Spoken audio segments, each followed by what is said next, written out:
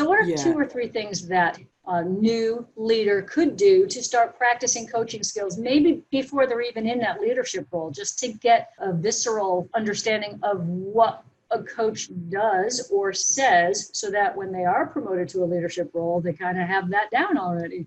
Yeah. And it's such a great point, because that transition from being the expert to being the leader, it is a real change. And the more equipped you are for that with, for example, coaching skills, the easier that transition is actually going to be. And so just some simple things that you can do are really moving from telling people what you know as a first step to asking them, what do they know? Using really open questions. So what questions? How questions? So what do you think we should do first? As opposed to saying, well, I think we should do this first. Yeah. So just changing the dialogue a little bit, using open questions, because you will discover some amazing things just by asking some open questions. You'll learn a whole lot, which is going to support your leadership as well, because you just broaden your kind of understanding and perspective and get insight into the way that other people think, which is advantageous. So asking great questions, and of course, doing really great listening. I think in so many conversations, in so many meetings in business,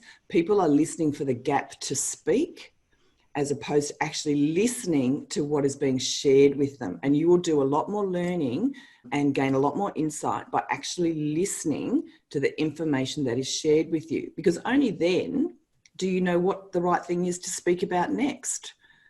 And so with that, I guess, is just kind of let go of the need to always be speaking. If that's, for us extroverts, that might be part of it. So that would be my 2 big tips: is ask really great open questions. So questions you don't actually know the answer to necessarily. Do great listening. But the third thing, which I think is a challenge for all of us, is to try to avoid judging the information that comes to you. So don't apply your own perspectives immediately over the top of that information to say, oh, that's right or that's wrong. It's we're listening for understanding. What can we gain from that information that we don't have already? And I think that's a great starting point if you want to become a leader with a coaching approach. You can tap into all of that wisdom that's around you.